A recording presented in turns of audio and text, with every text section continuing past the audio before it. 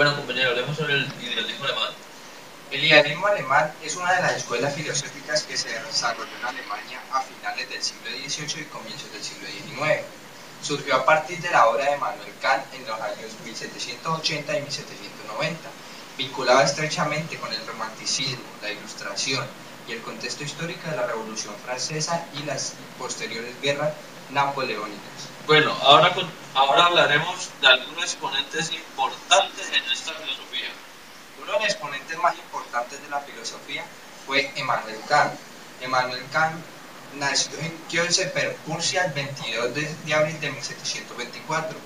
Es el primero y más importante representante del cristianismo y precursor del idealismo alemán, y está considerado como uno de los pensadores más influyentes de la Europa moderna y de la filosofía universal. Bueno, entre sus escritos más importantes destacamos que se encuentra la crítica a la razón, pura, calificada generalmente como un punto de inflexión en la historia de la filosofía y en el inicio de la filosofía moderna. En ella se investiga la estructura misma de la razón. Asimismo, se propone que la metafísica tradicional puede ser reinterpretativa a través de la epistología, ya que podemos encarar problemas metafísicos, entender las fuentes y los límites del conocimiento. Sus otras obras principales fueron la crítica de la razón práctica. Esta se centra mucho en la ética. Otra fue la crítica del juicio, en la que investiga acerca de la estética, la teología y la metafísica de las costumbres que digna a la filosofía del derecho y del Estado. Kant, aparte de todo esto, adelantó importantes trabajos en los campos de la ciencia, el derecho, la moral, la religión y la historia. Inclusive creyó haber logrado un compromiso entre el empirismo y el racionalismo, planteando que primero que todo se adquiere a través de la experiencia, mientras que la segunda mantiene que la razón juega un papel importante. Kant argumentaba que la experiencia, los valores, son el significado mismo de la vida.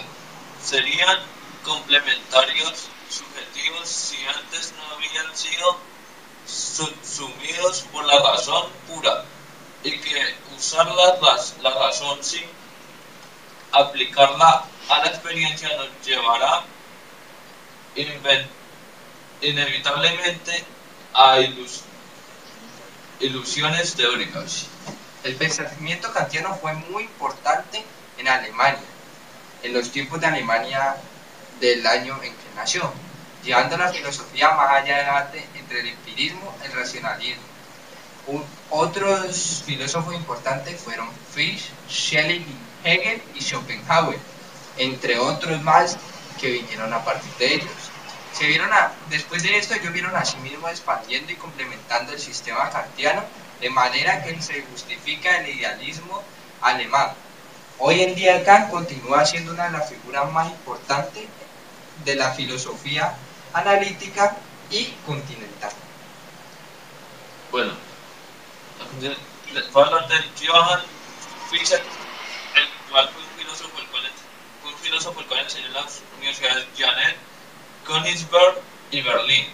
Entre sus principales obras se cabe destacar los principios fundamentales de la doctrina completa de la ciencia, en 1794, la lección sobre la misión, introducción en la vida feliz, en 1806, y otras más. A partir del pensamiento de Kant, Fichte elabora un idealismo romántico y subjetivo, según cuál es el objeto que debe adecuarse al sujeto y viceversa. El yo puro es la forma suprema de la subjetividad infinita, que crea y objetivamente ante sí uno, no, ya que es el mundo. La espiritual subjetiva se convierte en una concatenación de tesis, antitesis y síntesis, en la que ya se despliega al infinito, a contracorriente de los propios obstáculos que en el mismo se crean.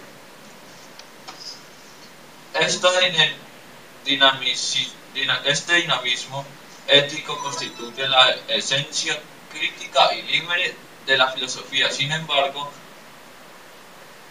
en el último periodo de su vida, Fichte roza el misticismo y aproxima a posturas conservantes.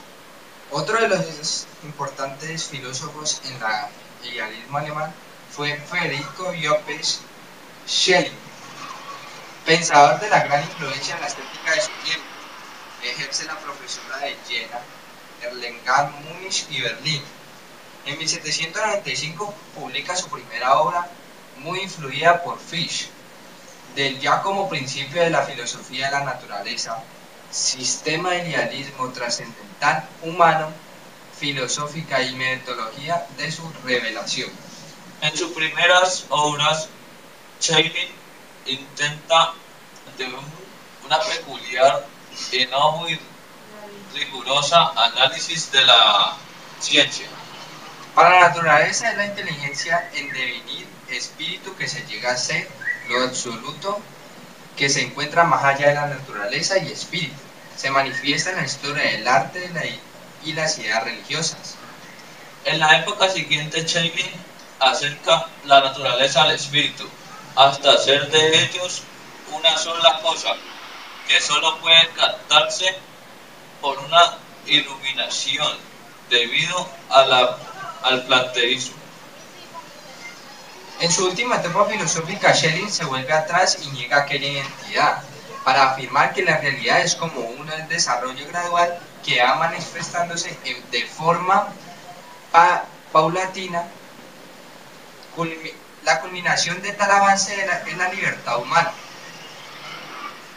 Bueno, George Fichte Engel nace en Stuttgart en 1770. Sigue estudios de teología y filosofía en el Seminario de Teología Protestante de Tübingen, donde se familiariza con el pensamiento de Kant, Rousseau y otros. ¿Por qué te quedas callado? Vuelve a empezar a hablar. George. Decía, otro de los pensadores importantes fue George Fichte Engel, nacido en Stuttgart en 1770. Sigue sus estudios de teología y filosofía. No es tecnología, es teología. Pues ya. Esto para regresar Otro de los filósofos en los cuales vamos a hablar es George Fichte Engel, el cual nace en Stuttgart en 1770. Sigue sus estudios de teología y filosofía el Seminario de Teología Protestante de Tübingen, donde se familiariza con el pensamiento de Kant, Rousseau y otros, donde trabaja amistad con Hölderlin y Schelling. A continuación transcurre una etapa de conciencia en diversas ciudades alemanas y en Berna, hasta que en 1818 se establece definitivamente en Berlín, donde muere de cólera en 1831. Los escritos del joven Engel son tradicionalmente conocidos en 1907 y comprende obras relacionadas con la religión.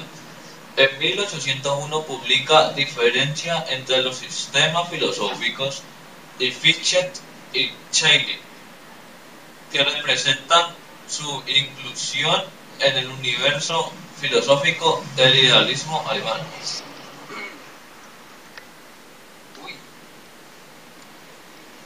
Falta un